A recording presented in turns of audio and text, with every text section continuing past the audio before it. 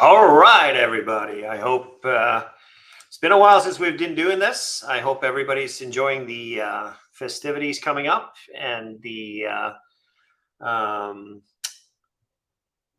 yeah, we got Hanukkah coming up this weekend and Christmas is right behind it. So that's cool. It's been a long time. We've been on the road a lot in the last couple of months. So sorry about that. We're back to doing hotel reviews again, and we're back to doing all sorts of fun stuff with the FTU. We got some news to share about that a little bit later. First, we're going to start. We do the housekeeping. Even we have the 12 days of Christmas, and for those who haven't signed up for the 12 days of Christmas yet, you can. I'll post a link in the description right here from our little portal here on the Facebook group where we the Frequent Travel University community is where we've done it, and we've had some lot of cool prices this year. We've got some gift cards, we've got some airplane models. I got them right here. I got some extra bonuses. Airbus, we make it fly. Not sure what that means, but today is actually one of these Airbus models that we're having. This one is one of the ones that are getting drawn today. I'm going to put the link in the description, and the only thing you have to do is just to sign up. There's no purchase necessary, anything like that. Various things you can help support the FTU, but yeah, we're doing some giveaways here. I got these two models here, which is the Neos. I've got some other things over here. A couple of the ones that we got from the SkyTeam Megadoo. We got one from a couple from the Brussels Airlines, from the various models that we have from the plane we had for the Megadoo. So just use the link, sign up there, and you should be good to go. All right, I see that our my partner in crime.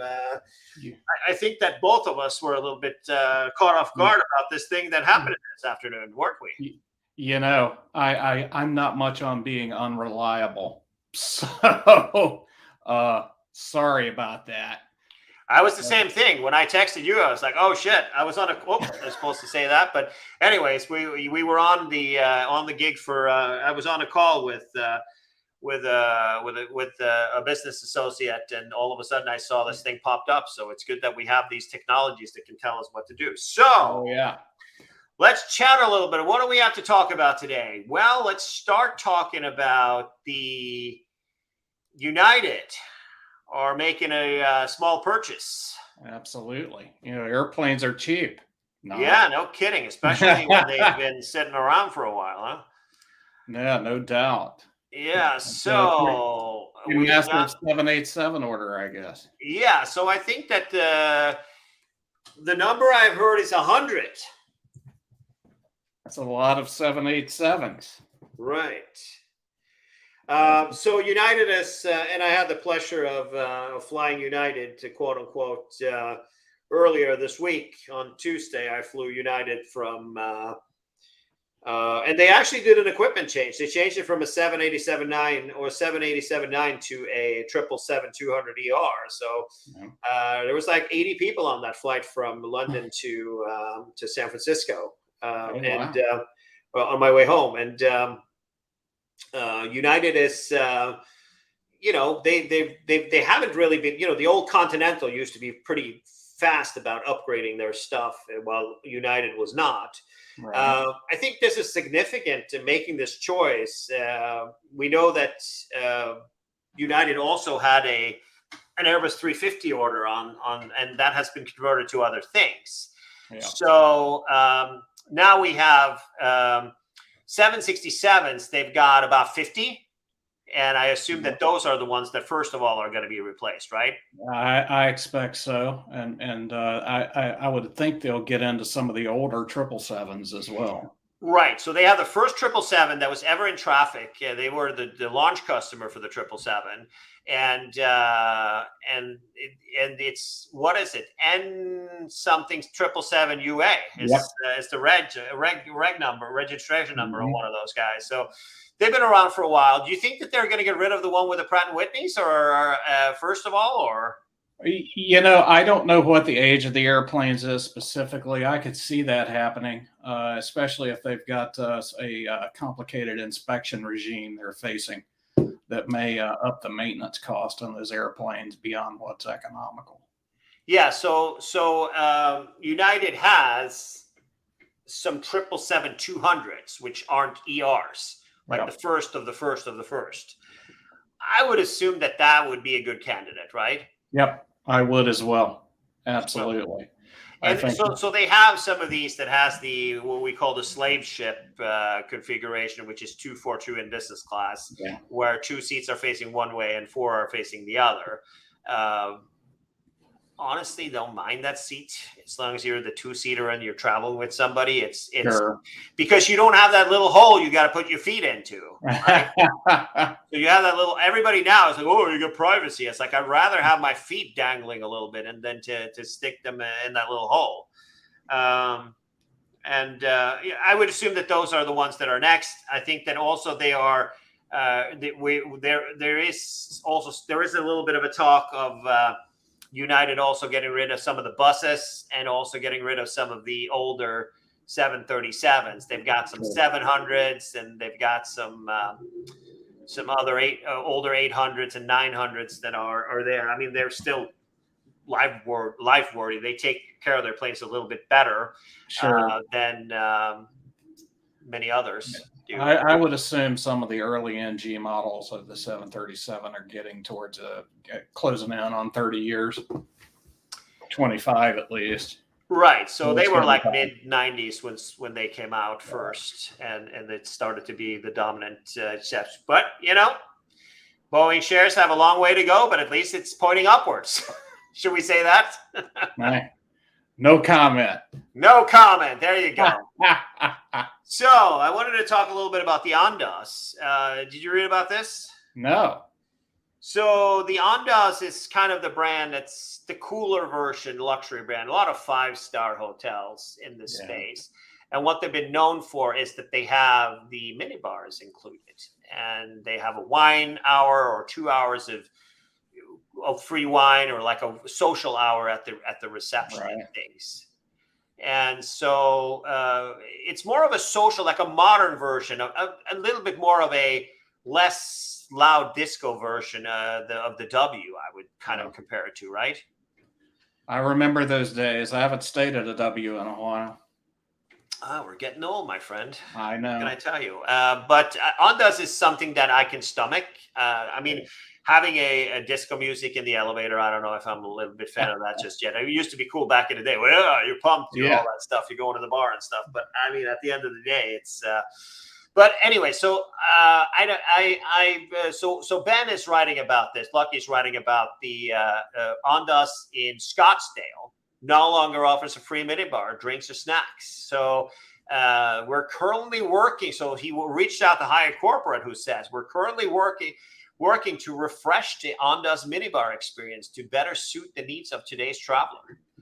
During this interim period, properties can determine what minibar selections are offered on a complimentary basis. So they decided, the needs of travelers today is to not have free minibar anymore. Yeah. I was actually surprised to check into the JW Marriott in San Francisco this week that they actually had a minibar. I haven't seen a minibar in a while. Yeah, I guess that's true in the U.S. It's mostly refrigerators, if that. I was surprised that you'll see the review here next week on this channel. I stayed at the Hyatt in Rosemont, and it didn't have a fridge. They decided to, I had you go to Gibson's in Chicago, they got that chocolate cake that's the size of your head. So I brought some of it back with me to the hotel room. And I was going to put it in the fridge. No dice. Unless you have medicine, they don't give you a fridge anymore. So I guess that's the direction we're heading, huh? No doubt. I was shocked to have a minibar fridge and a regular empty fridge for me to stuff things in at the hotel this week. So that's cool. Why did you stay there? What's that? Why did you stay at the JW? It was the only one available at my company rate. Ah, okay. So, the company rate. The big G. Okay. Yeah. So No, but I think that Andaz was kind of the way that they positioned this. And it's not like everything is free. You got to pay for the hooch. No alcohol is Right. free. But you get a soda and you get, your water is free regardless. So it's the soda or the pack of nuts or whatever. It was just a nice surprise that the brand actually did that. Yeah, it is. And, That's very cool. And now looks like it's going away. Not sure why, but I've never heard of anybody. Turning down free hooch. So I can't believe that if Hyatt comes out and says, these corporations just make asses of themselves when they come out and they say, "Oh, we're gonna do," or the customer wanted no more free minibar. Of course, the customer didn't. All right, so we're going to talk a little bit about there's Jared. We're going to talk a little bit about the sky clubs and lounges predominantly in the United States, because all of the stuff that we're doing in regards to to lounges and stuff, all the negative stuff seems to be happening here. And what we've seen in the last couple of years is that the lounges are, not surprisingly, overcrowded. Right. What's your observations that you've seen out there? I have not had to wait in a line for a Delta Sky Club this year, like I have seen some of the pictures online. But the lounges are in general getting more crowded. Right. I swore off the Amex lounge thing mostly, unless I didn't have any other option, because they were always super crowded. Right. But more people are out and about. The airports are crowded. That's not news to anybody. Right. Yeah. What I've been able to see out there lately is it's usually Amex lounges that are, and also the United Club. Yeah. Where was that? Oh, at Newark, the United Club at Newark. I was also told to. That they wouldn't, they had a sign outside because of overcrowding. We're not taking our, so they sell the credit card, the Explorer card, United Sure. does, and it comes with 2 free thingies. And I got an International Star Gold, so I don't really care. I get it anyways. But they had a sign outside where it said, right now we can't take the day pass. Yeah, and that's the thing. Chairs. And also Amex lounges in Phoenix, there was a 45-minute wait both ways. I flew American. Don't ask me why. And I flew American, and it was a line. Both times I connected, I couldn't get in. It was 45 minutes to get in. So something had to be done. I think we agree on that. I mean, this is a self-inflicted problem that the airlines have done for themselves. I mean, specifically Delta, who is that has a top tier. If you're Diamond with Delta, you get the club. You get access to you get an annual membership is one of those of the things that you get, and that's now going away. You as a Diamond, you don't get lounge access anymore. That's right. So that's one of the many ways of doing it. So and also when you are Delta Gold, so hang on a sec. So here's the first thing. You get the Delta's limited 2 choice benefits for Delta Diamond members for 2020 year, 24 status year. Individual Sky membership, Sky Club membership, meaning top elites can no longer select this as one of their choices benefits for their own Sky Club access, or they can. So that's the gig anymore. They won't let you do that. And also when you are, this is a very long article. I should have found a different article. I apologize. Different articles. I'd like the USA Today version of it, but obviously Nick Cerati is too detail oriented, trying to sell credit cards here, as he should. But I think that also when you go on international itineraries now as gold and if you have a membership where you Delta and Gold, you get into when you go on international travel from February 2nd of 2023, before you can have gold or platinum status with Delta, and you can get into the club if you're still even if you're in economy class. That's now gone. You have to be in business class in order to get it. So they're literally doing Polaris flagship style rules. But without having those clubs, those type of clubs as on offer. What do you think of that? I remain unconvinced this is really going to make a dent in crowding, but we'll see. Yeah, I tend to agree because guess what? American Express owns Delta's ass because they got them out of bankruptcy. They got them out of the pandemic by using by selling miles and that's what it does. So I mean, this has no impact for you. It has no impact for me, even if we're not frequent Delta flyers, because we have the platinum card from American Express. Absolutely, that's all it takes to get in. And I just don't see this changing things. I'm willing to be wrong. I completely agree with that. I mean, I think that also this is just a lame thing when people go to when you have your own members, right? The gold and platinum members, and platinum members no sneeze. Isn't that like 100,000 or like 75,000 a year? 75,000 if I recall. Yeah, so 75,000 a year. That's respectable. 96% of Americans don't travel that much, right? Absolutely. So you're in the top end of the scale, and you're going on your vacation that you've been saving up miles for, and you're in economy class, or you're going on vacation. You're a happy camper. You're going to fly Delta because it's your favorite airline, and then you get to the airport, and then what used to be a thing is not a thing anymore, and that's where they decide to cut. The people who have put their money where their mouth is, and so jerk-offs like me and you can come there with just our Amex card, and then we're in. I agree. It's also different. That's not competitive with the other airlines unless they change plans. The other airlines. Monkey see, monkey do, huh?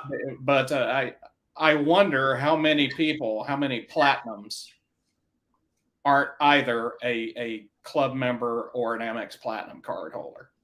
Fair point. But still, at the end of the day, like you said, and that comes back to where you're completely right. I am completely in agreement with that. It will have very little impact on how things are going to be in the future. Yeah, it's all right.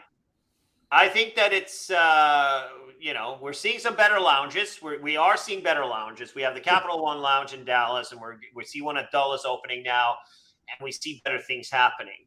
But I think that the credit card stuff with some of these airlines do, or all of them, is just making things a little bit more difficult. No doubt. All right, so let's talk a little bit about British Airways. So what they've done is pretty much challenge Americans when it comes to math, right? So it used to be like you pay $800. You put some Avios down for your business class ticket to Europe, if you can find it. You put some miles down, 45,000 or 50,000 or whatever the case may be, and then the Cheerio boys, they go not so fast. That's a terrible British accent. But put the kettle on. They go no, not so fast. That'll be $850 in fuel surcharges. Yeah, I was going to say $2,000 in fuel surcharges, but yeah, and that seems to now have changed a little bit. But it's more of a so the LA to London, the old price was $62.5 Avios and $879 in surcharges. New price, 90,000 Avios and $350. So 27,500 Avios to save you $529. So it all depends how many, if you did, what they're banking on is that people who have a high balance Sure. of avios, they're going to burn them because it makes sense. But it really doesn't if you know math. Yeah. I went to public school, but I'm not sure that's the greatest deal in the No, world. I don't think so. I think that 27,500 avios, if I recall correctly, it's 23,500 avios to upgrade from premium economy to business class. And there are no fees for that. It's just you pay for the departure fee out of the UK is what you do. So, I mean, there are better uses for those avios than that, the difference you're paying there. Sure. But sounds good on paper, right? It does. It sounds better, but just not good. It really isn't. It really isn't. So, I wanted to talk a little bit about award logic. And award logic, everybody has been into this whole game of finding a portal. It was Awardex first, which is the Awardex guys are the guys who are behind Award Logic. They were doing some business with the guy before the company that was before was called, what was it called? Juicy Miles, something like that. And now that's Point Me. But what we've seen is a new portal kind of slowly but surely coming out there. There hasn't been a lot, Tiffany and our friends over at 1 Mile at a Time and also Gilbert Odd has been banging the drums really hard on Point Me. These guys, Award Logic, have not been banging it hard. So they've been programming instead. While it's not a very sexy looking tool like Point Me is, I've been using it for the last, and I'm not paid in any way by these guys. I've been using it myself for the last few months, and I find this portal to be much better than Point Me, to be honest with you. And I'll tell you why. There's a couple of things. First of all, you can search within a couple of days, so you don't have to sit there and search for every single day that you. So like for example, here I was going. This has obviously already happened. I did fly from Vienna to London. I found the thing that I have, because they actually also have something that they only have also that they are alone of having. There are two things. You can search within a few days, and you can also put up an alert. And so I put in, I wanted to fly to, I made some changes. I was supposed to fly back today, but I needed to get back to the office. So I was in Vienna and I was going to London, where I had found a revenue ticket for a reasonable fare. So I needed to get to London on December 9th. Or no, not December 9th, because that's today. Earlier this week.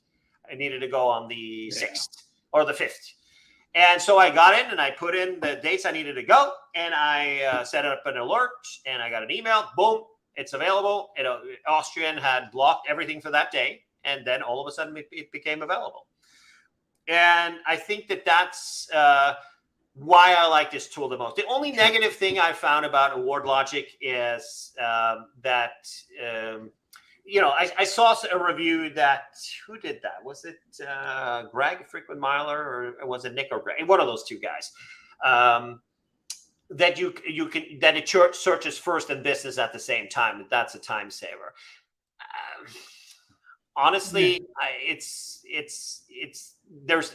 if you were looking for first, then it's not an advantage, because then it'll only show business class. And if you're looking for both, sure. But if you're not, then I think that the premium and premium economy that you divided by those two, I think is not a good gig. So technology wise, I think this is a better portal, much better portal. And I have decided to keep that as my gig.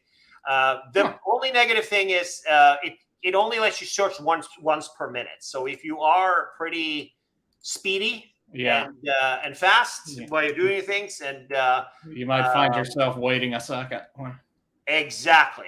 Don't like that. I wish that would change. And then the other thing is that you have to, it's the price. The price is higher. Point Me is, I don't know how much it is per month, but I know that per year it's $129 per year, while these guys are $200 per year. But wait, there is a solution to it. So the cool thing is, I was talking to Vlad, who's actually become a really good friend of mine. He's a really cool guy. Vlad and I have been hanging out lately, and we decided to make an exclusive offer. So if you are an FTU annual member, you actually get half off of the or not half off. You get $80 off the annual membership. So you pay $119 for an annual membership of AwardLogic, which means that it'll be cheaper than PointMe. And all of the annual members will get a unique code in your email when you renew for your annual stuff. If you want to get it before, feel free to send Melinda an email, and she will, or not Melinda, send info at ft.events as a, she's not the only one who answers there. Info at ft.events, and we will get you the coupon for getting AwardLogic. And we're going to be doing a lot of cool stuff with these guys. We're going to do a demo at the in January at the next FTU online. So I think that's going to be cool. All right, what else do we have to talk about? VentureX card has changed. We were talking about the VentureX card vividly the last time around, right? We did, as I recall. X Priority Pass. So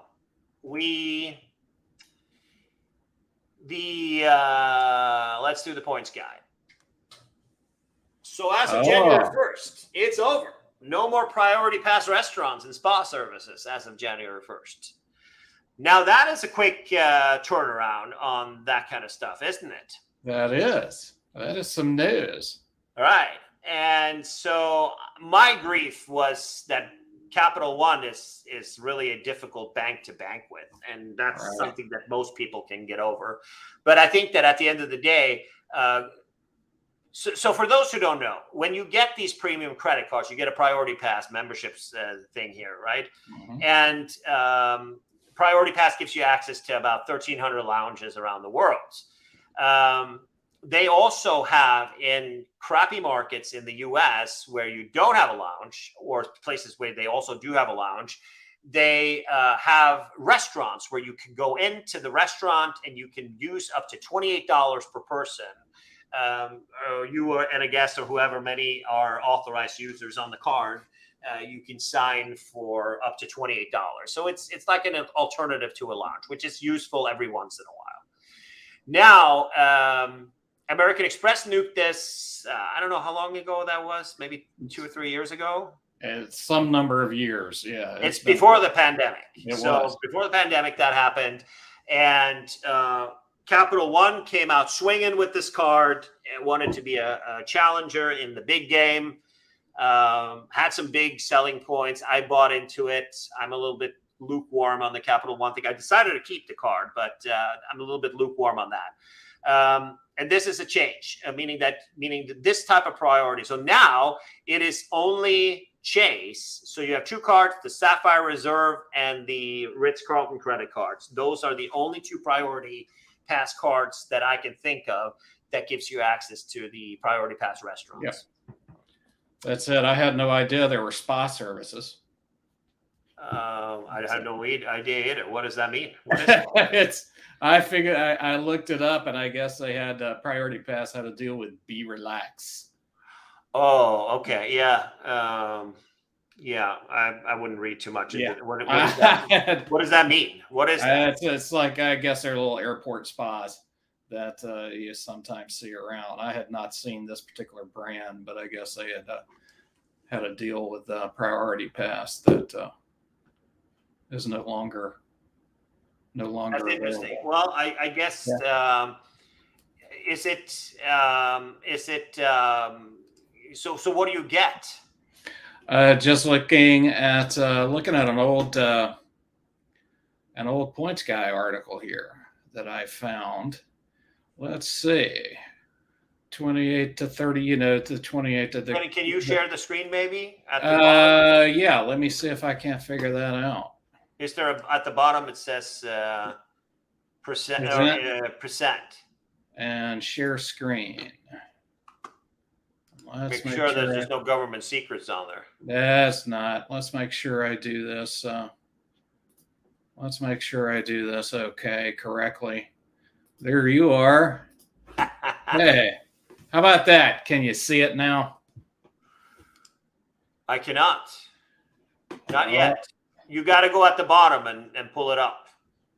See where you and I are? Yep. Is there some text there? Try one more time. We'll share that screen. We'll share. Not working? Maybe you put it into, give me the text and... yeah, I'll ship it to you right now. Okay, Ben Comical has put it in here. 15-minute massage must be there 3 hours early. What? 3 hours early? You want people to quit your job? That's horrible. That's not a good thing. That's not interesting at all. In any event, I was not aware of that until just now. That's cool. I was not aware of it either. Right. Okay. So the last thing I wanted to talk to you, there's a long queue of people waiting. How about that? No, but so who do we have to blame for this? I think we have to blame everybody and their mother, because you can add as many authorized users to this card as you want, like a million of them. You can have everybody and their mother added to that. And I think that the problem is that when you have so many authorized users and you give a lot of people access to these things and people take advantage of that, your immediate family of 30 people show up to a restaurant and, the annual fee poofs, after 2 seconds, then, that's why we can't have good things or nice things. What do you think? No, I agree completely. I'm old enough to remember when having an Amex Platinum card, for instance, was kind of a thing. That was your like old grandpa and whatever. And like a trip to San Francisco recently, not the most recent one, I actually did make it into the Amex lounge when they opened the door. It was great. Got a seat and sat down. 30 minutes later, the place was full of millennials.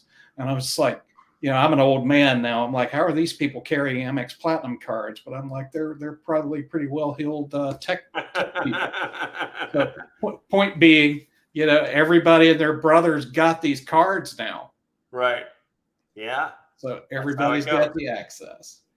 So I have only one thing more that I want to chat about today. And since it's Friday, not usually it's Thursday, as for those who are observant enough to look at the calendar and figure out what day it is today, because I don't think neither Marshall or I are.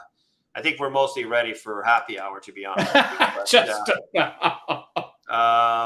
But not high speed rail, California high speed rail, but Brightline West they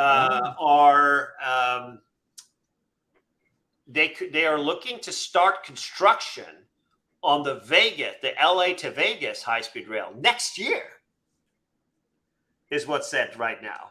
Wow. I don't know how the financing is going. That's the problem that they had. It was always a problem. So, here you go. A total of $1 billion in private activity bonds have been approved by the Department of Transportation for Brightline West, with the actual borrowing to be done by the state of California and Nevada. Brightline West may soon ask California to issue $200 million in private activity bonds. So this is interesting news. It is. What they're planning on doing is they have done the environmental review for some of this, and this can potentially take 3 million cars a year off of the I-15 corridor, which is substantial. I think the Brightline train, and don't get fooled by the Brightline train at the bottom here is like that's that slow poke down in Florida, the diesel thing that's going there, and that's not the one that they're going to be using. This will be an all electric train that's much faster, that goes 220 miles an hour. That's what they're trying to build here. And while this is just so Brightline has acquired various stations areas. They brought they brought various stations, land around stations that they're planning on building. So this is, I wouldn't be surprised if they get caught up with the other guys soon. We'll have to see. I think that is a market where high-speed rail would work in this country. I really do. I would just hope that politics and crazy stuff doesn't get in the way, and it's going to cost more than whatever they think it is. Yeah, I think that it's easier to build from LA to Vegas than it is Yeah. to build in the Central Valley. I mean, you've got some less earthquake things that you need to do there. Is it going to be $8 billion between LA and Vegas? Probably not. But I think that it's great to see a private company involved. And I feel like the progress that we're seeing in the Central Valley now, they got some of these projects that are ahead of schedule. And the environmental study for Merced to Gilroy has been approved. That one now needs funding. And I think that the funding is going to come next year for that piece. And I think that you're going to see that start pretty much immediately after that. I think that all of the legal hurdles have now been done. What I'm concerned about is the feasibility of the way that this is. I think that will be more important than obviously the Central Valley thing is just a waste of time. You got a bunch of let's not get into who lives there, but it's not really it's not sustainable to have a high-speed rail between Bakersfield and Merced. It's not going to be a good game. Sure. So, but I mean, there is a plan behind it. The good thing is that the tracks, I saw that they're now testing the all electrified tracks from San Francisco to San Jose. It's going to be end of next year. It wasn't, we talked earlier, it said it was going to be early next year. But it seems like they've now kicked the can down the road a little bit on that. And since that track now can handle 125 miles an hour, then California high-speed rail will be able to use that corridor at a decent speed. And also, they cut down the times between San Jose and San Francisco. They've cut down the times on the travel times there with about 18 minutes. So it's substantial. Sure. And it has to do with how fast these electric trains accelerate, except compared to the old diesel ones. So, so I think that Bakersfield to San Francisco is realistic within the timelines we said. We'll have to see what happens in the South. Lots of politics still to be cooped out there, but it's California. It's California. I think it's everywhere. I mean, we see also in Texas now, and also there, it's. I think it was like 85 lawsuits for the Houston to Dallas one. That one makes a lot of sense. I mean, the number of people that if they use the Shinkansen trains, which they're planning on doing, and those guys are an investor, if those farmers can just shut the hell up and just take the money. It's like, oh, we don't need a damn train there. God bless America. No, it's not that. I just the only ones that are winning here are the lawyers, right? So it would be. I just got back from Europe. Trains are awesome. I love trains. Sure are. And if we could have, from where we are, if I could get on, like I said it before a couple of times, from where I live to San Francisco is the exact same distance as Hamburg to Hanover, which is 39 minutes with the ice. So that means that I could get out of this chair in an hour when it's a little bit after 4. Go take my car, drive down for 5 minutes down to the train station, plug in the car, get on the train, be on it for 39 minutes. I'll be in San Francisco before 5, walk around a little bit, shop a little bit, have a nice sushi at one of the best sushi restaurants in the country, hop on the train at 9, and I'll hop on the train at like 7:30, roll in here at about a little bit after 8, and at 8:30 watch a little bit of TV, and like nothing happened. It's the same travel time as for me to drive into San Francisco and to Sacramento in rush hour. It just opens up so many opportunities with these high-speed trains. So, and it's just, we need to be more receptive, but kind of surprised that, but then again, not surprised because Brightline is a private company. So Interesting to see if they can get some shovels in the ground next year. No, I'm going to watch that one with interest. I really am. That's cool. Well, I think we can call it a week. Thanks everybody for dialing in. Yeah. Thank you so much, Marshall, for stopping by. And then don't forget to turn into the FTU YouTube channel on Wednesday.